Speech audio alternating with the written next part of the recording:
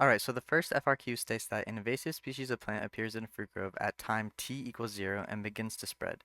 And it gives us the function c of t, and it also gives us the derivative c prime t. The first question asks for the average number of acres affected by the invasive plant species from time t equals 0 to time t equals 4. So we know that the average formula using the integral is 1 over b minus a times the integral from a to b of f of t with respect to t. So in this case, we are given our c of t, our function, and we are also given our bounds from a to b. So all we have to do, since this is a calculator question, is plug this into Desmos. So if we look back over at Desmos, we have c of t is equal to 7.6 arctangent of 0.2t, which is defined here. And we have to do 1/4 times the integral from 0 to 4 of c of t with respect to t. And that gives us 2.778 as our answer. So the answer for A is equal to 2.778 acres.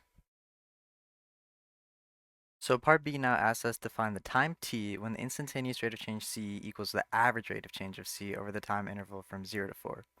So the average rate of change formula is given by c of b minus c of a over b minus a. So our a and b are 0 and 4 respectively, and then we need to match that with the instantaneous rate of change, which is given by the equation c prime t. So again, this is a calculator question, so if we head back into Desmos, we can do c of 4 minus c of 0 over 4 minus 0, which is 4, and that gives us 1.282. So if we find a line for 1.282, and we also set a line for c prime t, which will give us the instantaneous rate of change, we can see where they intersect, and that is at t is equal to 2.154. So the answer to B is the time is equal to 2.154 weeks. Part C says, assume that the invasive species continues to spread according to the given model for all times where t is greater than 0. Write a limit that describes the end behavior of the rate of change in the number of acres affected by the species. So we're asking for the rate of change. So that's c prime of t. So we can write this as the limit as x, or in this case it would be t, as t approaches infinity of c prime t. And what is that going to equal? Well, there's several ways to do this. You could just look at the graph and see that c prime is heading towards 0 but never touches 0. Or you could just look at the equation and see that since the denominator has the larger power and it's bigger on the bottom, that the limit is always going to equal to 0.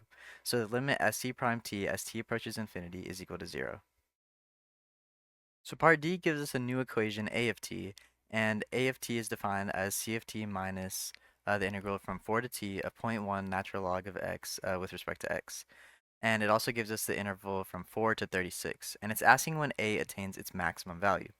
So when we're looking for the maximum value of a function, we need to figure out when the derivative equals 0, because that will give us whenever the slope is 0, and that'll tell us whether it's a minimum or a maximum.